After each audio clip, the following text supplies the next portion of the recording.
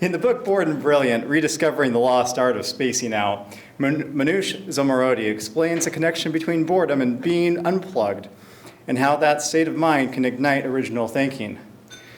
Through reviews with scientists, famous artists, and regular people, Zomorodi explains why putting a greater emphasis on doing nothing is vital in an age of constant notifications and digital distractions. She explores how we can harness boredom's hidden benefits to become our most productive selves. Bored and Brilliant, it's permission to unplug. Please welcome the author and host of the podcast Note to Self, Manoush Zomorodi. Thank you so much, Rodney. Thank you, you guys.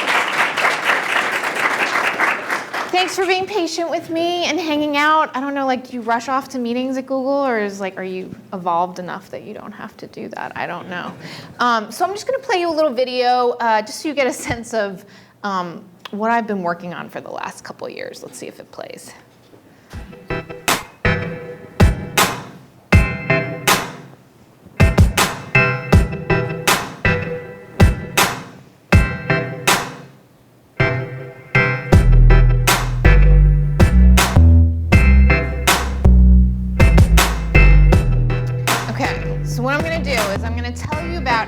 This book came to be because it's kind of unusual. I think it's truly the first, and this is a mouthful, the first podcast crowdsourced project to be turned into a book. I'm going to take that title for myself. I know everyone's been clamoring for it, but I'm going to take it. So I'm going to tell you about the genesis of it. I'm going to play you a little bit of audio, some of the stuff that I've been making, because it's all really comes down to the podcast that I've been making. And then I'm going to tell you about the book tour that I've been on for the last 2 weeks, because it's been sort of my own little focus group across the country.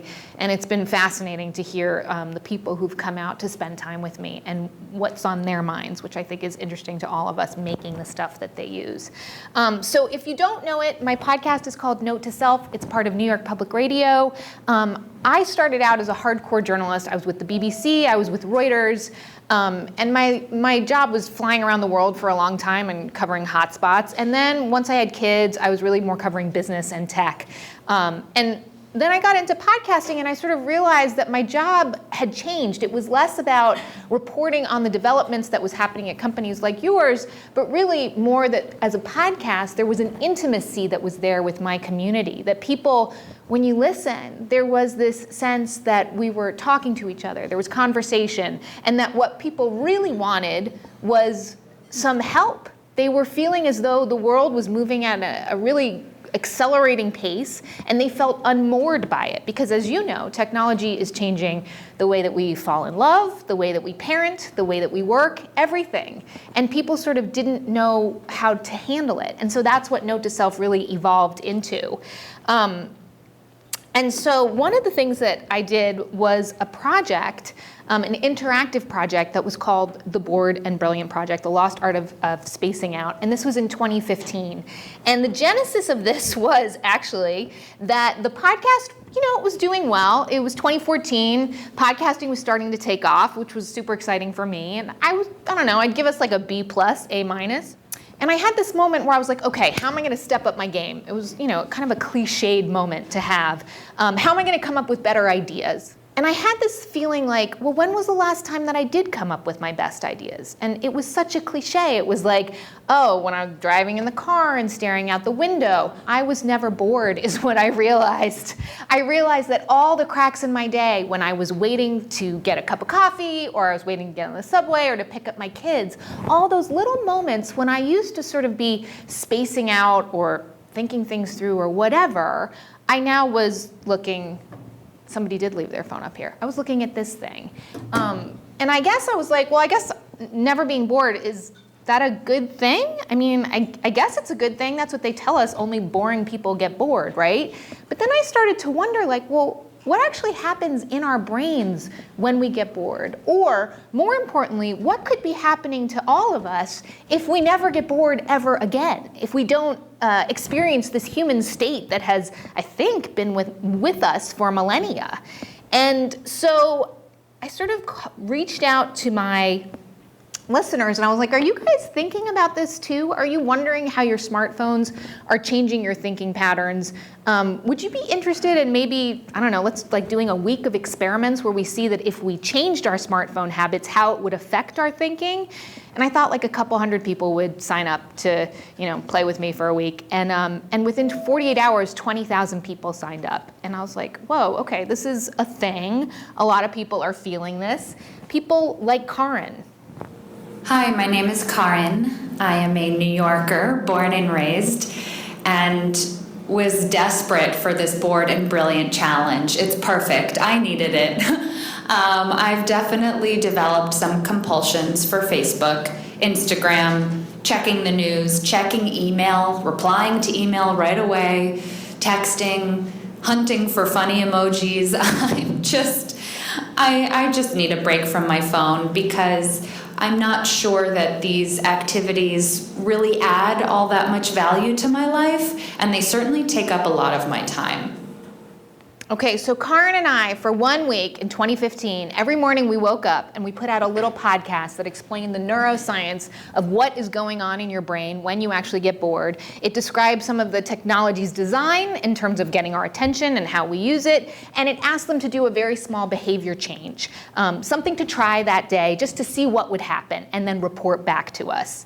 And so what we learned, and I found out that this is fascinating, we are at an extraordinary moment when it comes to understanding what happens in the brain when the mind wanders. It's really hot news in neuroscience. So it turns out that when you get bored, you ignite a network in your brain called the default mode.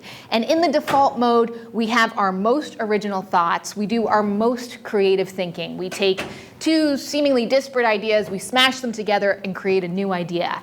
And we do something that I had never heard of before called autobiographical planning. This is where you look back at the earlier life that you've had and you take note of the highs and the lows and you build a personal narrative and then decide, where am I going to go from here? What are my goals? And you set the steps that you need to reach those.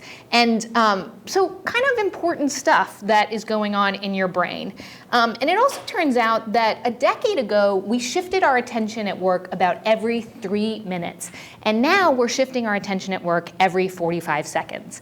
I found this amazing researcher. Her name is Dr. Gloria Mark. She's a professor of informatics at UC Irvine. And she told me that the average person is switching tasks at work 566 times a day. So what I asked Gloria was, I said, is it because the technology has been designed to take our attention and get us switching like that? Or is this just a human thing that if it wasn't the technology, we'd be distracted by something else? And here was her answer. So I think it's a combination. One thing that we found is that there's actually physiological reasons that can explain why people shift their attention so rapidly. So we find that when people are stressed, they tend to shift their attention more rapidly. We also found, strangely enough, the shorter amount of sleep that a person gets, the more likely they are to check Facebook. So we're in this vicious habitual cycle. I mean, I thought that was hilarious and made complete and utter sense because when I am tired at night, that is when I find myself going like this on my phone and not even looking at whatever it is that I thought I was looking for. And of course, I think that this has been a wake-up call for a lot of Americans, this idea that if the product is free, then you are the product. And we're seeing that conversation be more and more prevalent and more mainstream. So really, the most gratifying I found was that a lot of classrooms across the country did the Bored and Brilliant project, mostly high schools and freshman college kids. And here's how I put it in the book. Talking, listening, eye contact, downtime, responsiveness, and yes, boredom are all activities that now need to actively be put into practice. It's not that digital natives don't feel or know these things, it's just that they don't get prioritized. And so we must name, schedule, and celebrate them. Whether it's the effect that reading on screen has on our attention spans, or video game play has on sociability, or taking photos has on memory, we're living in an age of self-experimentation. Technology is evolving faster than researchers can study it. Science can't keep up, which is why we need a new interdisciplinary approach like the one we could offer with Bored and Brilliant. Research now needs to move out of the lab because life is the new lab.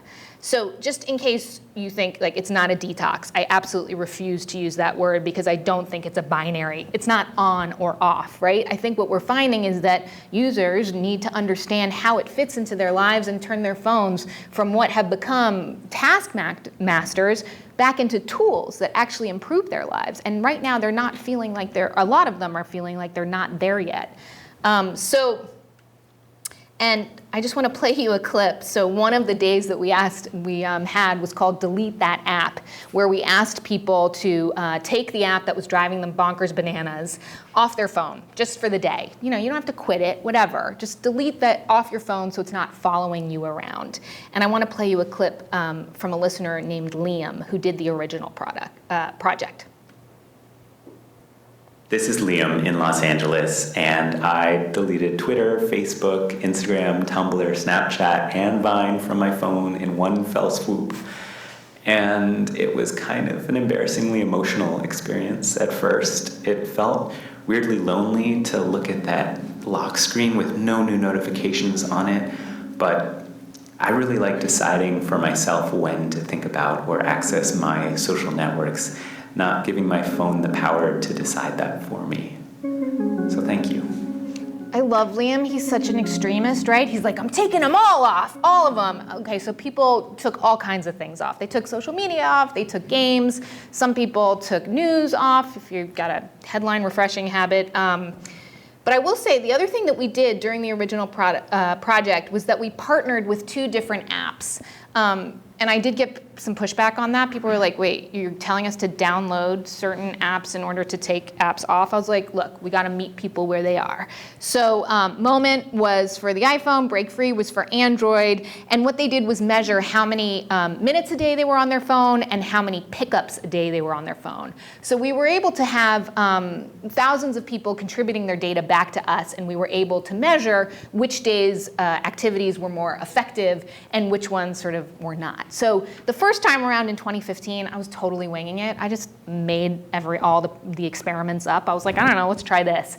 But what we were able to do is go back and look at all the data and the stories and codify it into what is now the book, of course. So in the end, we had 20,000 people that one week, all 50 states.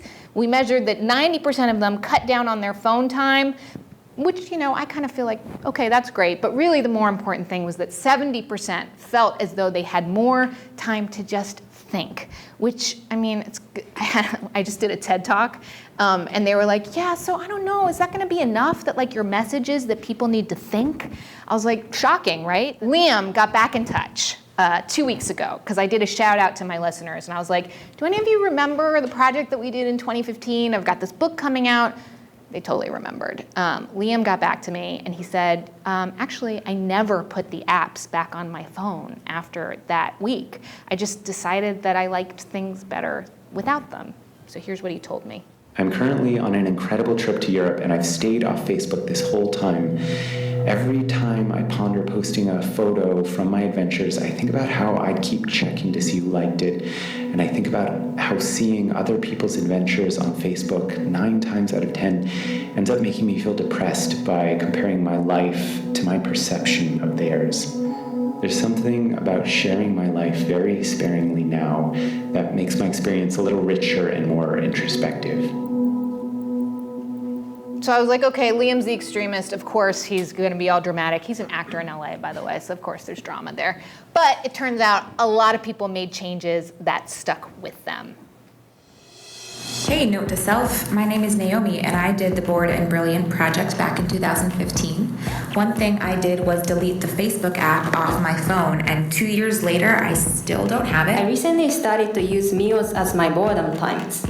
It feels a little uncomfortable, but I think letting my thoughts wander is important to take charge of my life. At night, I leave the phone downstairs and turned off. And when I go on walks with my wife, I don't even bring it. I deleted the Instagram app because I was noticing every time I logged on, I would get kind of a stomach ache, like that anxiety stomach ache. And I thought, I don't need this. It's a time waster and it doesn't bring me joy, so I'm deleting it. But I just want to tell you about one of my favorite stories. This is from Vanessa in Wisconsin. So the Bored and Brilliant project happened. She was going through a breakup. She had to decide what she was going to do about the farm that she owned with her partner. She did the project, and then at the end, she decided that they broke up, she bought the farm outright, and then decided that she needed to do something with the farm for the community. So she renamed it Make Time Farm, and now once a month she has a day where she invites people to come and just kind of hang out. There's a basket if they want to put their phone in there. People bring their sewing machine, their watercolor, they do all kinds of things. They nap. I would like to go to Vanessa's farm and take a nap. That would be nice. They also think about goal setting and things like that. So Vanessa sort of decided that this was something that she wanted to have in her life and for the community, which was great. And so now with the book, I am reaching a whole different category of people who, it's interesting what kind of reaction. Some people are podcast people who know the show and know sort of the things that we talk about on the show, which are a lot of ethics related. And other people have never heard of it at all, but this is something that's sort of been on their mind and they want to explore. So I'm going around the country and I'm having lots of fun and I'm making people take selfies because, as I said, this is not an all or nothing sort of thing. There are moms going out drinking before they come to hang out with me, which has been great. And I thought this review was really funny, that this could do for unplugging what Marie Kondo's The Life-Changing Magic of Tidying Up did for decluttering. I mean, I love that. That would be great if I was as big as Marie Kondo. But to me, what's more interesting is really since I finished writing this book, a lot has changed in this country. It is really hard not to continually refresh the headlines or Twitter. Just ask the president. But I think perhaps it's time for us to collectively rethink some of our tech habits. Because the other thing that happens when you ignite the default mode is you do empathy. You imagine what other people around you are thinking and how they're feeling. And if there is one thing this country could use right now is a little empathy and some creative problem solving to sort of find solutions to some huge economic, racial, and environmental issues. And so I think particularly for young people to understand that quickness isn't necessarily a virtue. Or as the exchequer of the Bank of England said, he's worried that quick thinking could make for slow growth. So this is not just a self-helpy sort of thing, but I think really an economic thing that we need people to take a minute and let a mediocre idea that they might want to share, just sit on it for a little while. Let it turn into something bigger. Let it turn into a big solution, which a lot of young people are not used to doing. So I'm just telling people to get bored. That's all I want them to do on this big book tour that I'm on right now. And you heard about the podcast. You've heard about my listeners' experience, some of the new people that I'm meeting. And I would love to talk to you guys because you're the first tech company that I've gone to make this presentation. So I would love to hear what your thoughts are on this, your comments, any questions, personal experience. That would be great. And thank you for having me. Great. Thank you. Thanks. The mic over here is open for questions for anyone who would like. I also love, I'm sure you're all like, oh my God, another anti-tech person. But really, I really want to hear what you guys think. One of the people in the book is Tristan Harris. Have you heard of, he was a Google ethicist for a little while, and now he's created his own sort of, starting to think about ways that the tech could build in ways of making people communicate more sort of in tune with setting expectations of other people. So I'd love to know what you guys think. Hi. Hi. So I'd be curious to know how much this affects someone's work-life balance if they're checking their work email and other work applications on the phone. And I wondered if you looked into that much with your work. So there's one chapter in particular focused on workplace reasons, because what I hear from a lot of people who come to these events is they're like, well, I work in social media. How am I supposed to take time off? So from a personal perspective, I think having in the book, I really try to lay out how being productive. We have to reimagine what being productive is. So in my own personal, when I'm riding the subway home, I used to think like, great, this is my time to just jam through email, right? Like I'm gonna hit it. But now I realize, actually, no, this is 30 minutes of me where I can actually do some solid thinking about something that's been bothering me all day long, or a work issue that I haven't had time to sort of really drive into. So I've had to rethink what productivity actually means. And what I'm hoping, so there's a whole chapter about specifically how we define productivity and problem solving, and then there's also so the challenge that day is to take a vacation, which is to reset the expectations of the people who are hoping to hear from you, right? Because I think that's the other thing that we've found is that when we're waiting in line for coffee, you're like, oh, this is an opportunity. These 2 minutes are an opportunity to show my spouse how I'm thinking of them, or that I'm on top of like, what's for dinner, or my coworkers that I know that we needed to follow up on X. So resetting expectations by setting outgoing messages, which I think a lot of people don't do. And so I tell people like, even if it's for a half an hour, it's if your outgoing message says, I'm working on something, and that's why you're not hearing from me, it's resetting their expectations. And other people are like, my boss will never accept that. And I'm like, okay, so you have a stomach virus for 1 hour. You know what I mean? Like, do what you gotta do, because it's really important. But then the other thing that I've done is I joined a silent workspace where there's no talking, there's no eating, so no crinkle crinkle with like, I love my snacks, but none of that. And for me, like, I realized the most important work I do every week is my writing, right? So I know that I need that 3 to 4 hours. It's really, I've tried to write the show in less, or I've tried to do it while I'm jumping in and out of meetings. It doesn't work. I need the 3 to 4 hours. And so I joined this workspace. I don't get there more than like once or twice a week, but I think it's worth it for me. So my fantasy is that every company has a silent workspace where, it's seen as productive that you're going in there and not talk. Yeah, right? We with clapping in the front. Wouldn't that be amazing? Like if you were like, no, I've got serious work to do, and because I don't know about you guys, but like at my office, first of all, radio people, oh my God, they never stop talking. And there's a lot of this like, oh my God, I'm so sorry, I'm totally interrupting you. And then they start talking and you're like, no, like, yes, you are interrupting me.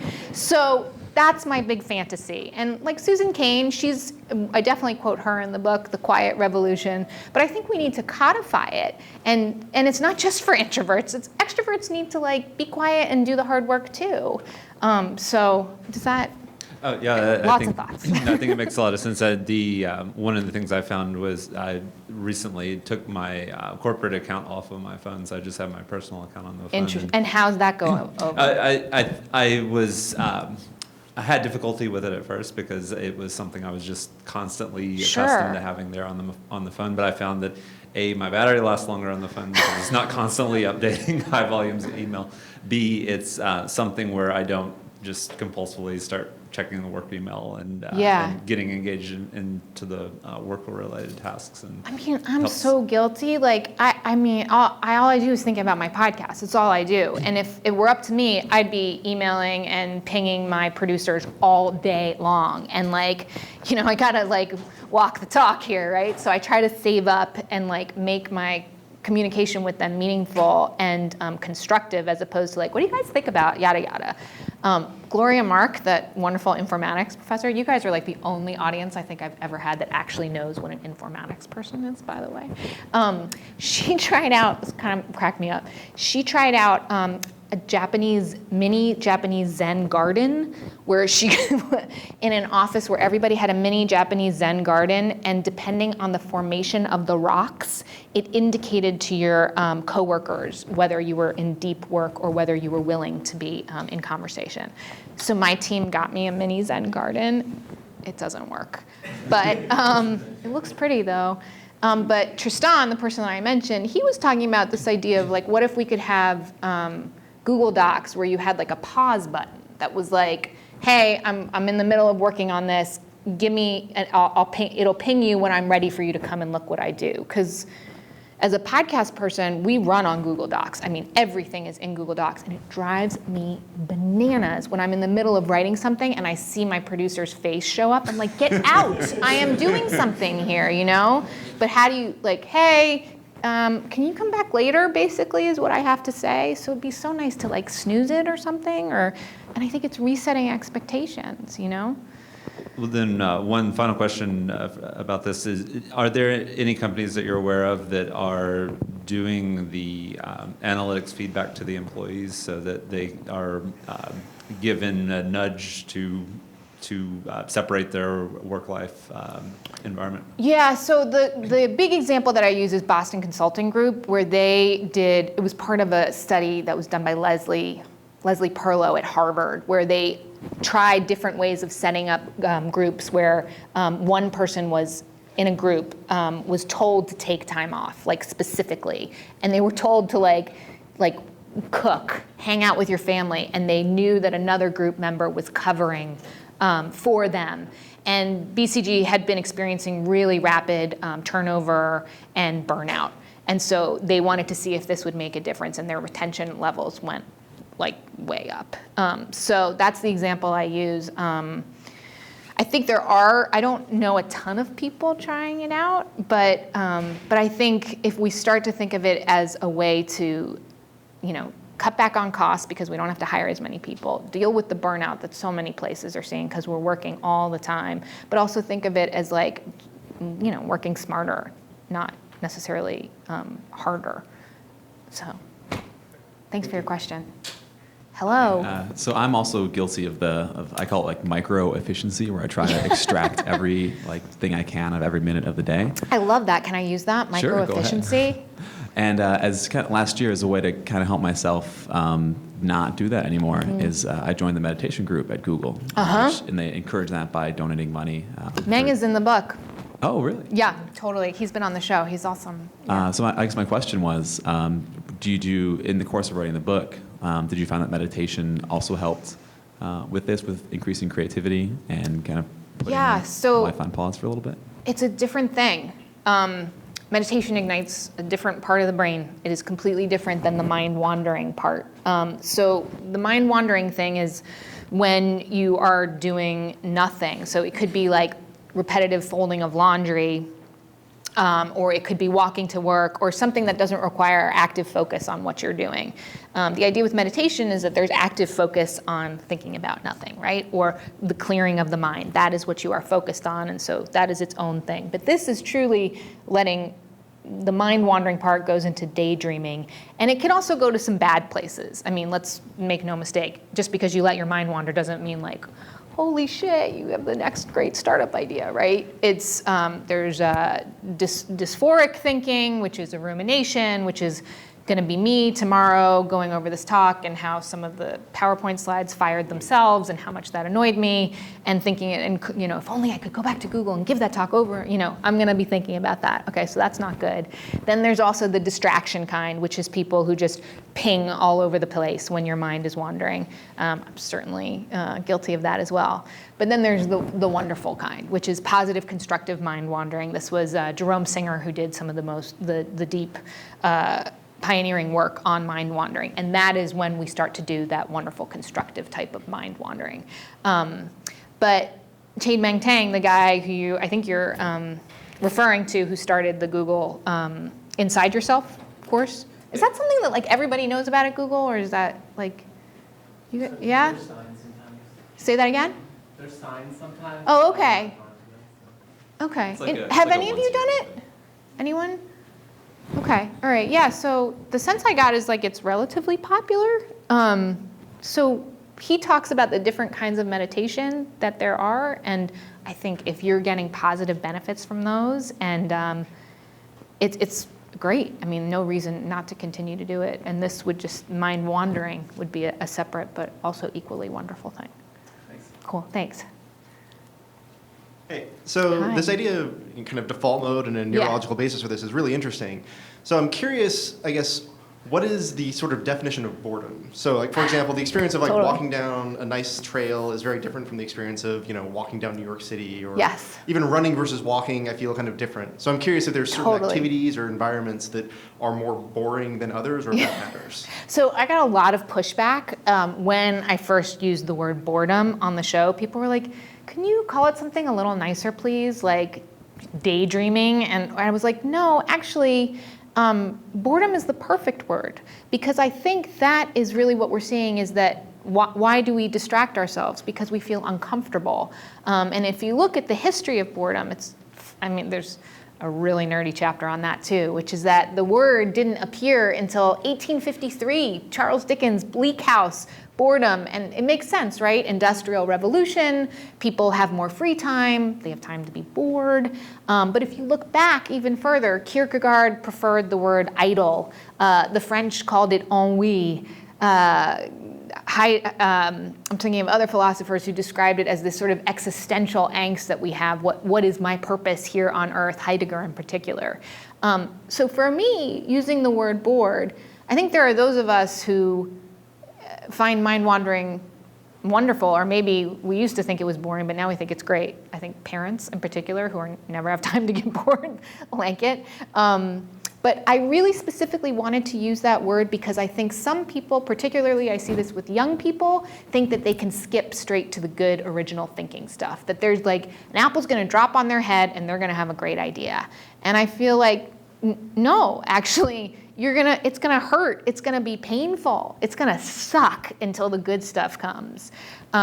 I gave the book earlier this summer to a chemistry major, a student at American University, and had him record his experience. And you hear him just like, oh my God, I don't want to do this. I really don't want to do this. Just really struggling. I don't recognize this feeling. Normally, I would just look at my phone whenever I have these feelings. And then you get to like day 5, and he goes for this walk in Rock Creek Park, and he's like, I'm just going to do it. I'm just going to, succumb to the mind wandering. And he comes up with this amazing idea related to solar panels and the hometown that he grew up in Puerto Rico, which has a disproportionate amount of churches that have a lot of roof square footage that could be, he just goes off on this crazy tangent. And like we kind of heard like an epiphany happening on there. So I think particularly teenagers said to me when they did it, like, oh, I don't like this feeling, I don't recognize it. I was like, yeah, that's boredom. So just like stick with it, lean into it. But it's however you kind of define it. It's as personalized as your home screen, I would say. Anybody else? All right, well, thank you so much for joining us and sharing. Yeah, it was a pleasure. Anybody thinks that, I really want to know, like, do you think this is total bullshit? Like, I really, I'm really open to it. Because I think, I was at Powell's last night in Portland, and I was like, oh, I'm going to Google tomorrow, and some people in the audience were like, ooh. I was like, what, really? Should I be nervous? But then I had a lot of, like a guy from Apple came up afterwards and was telling me about all these great hacks that he has to like keep people from bugging him on his phone. I was like, dude, you should tell us. I didn't know that you could do like some of the things that you're telling me. Like, we should all know about these little hacks because I think it would make people feel a lot better about their tech use. I love my phone. But I see that it really plays into some of my weaknesses. I'm a human and I am deeply flawed, and my phone knows it, and it just knows how to like bring it out in me. So it's been a really interesting conversation that I'm having with people, and I'm really grateful for any feedback you can give me. I really am. So thanks again for having me. I'm gonna hang out if you have something you like if you don't want to shame me in front of your colleagues or something like that. That's cool too. Thank you.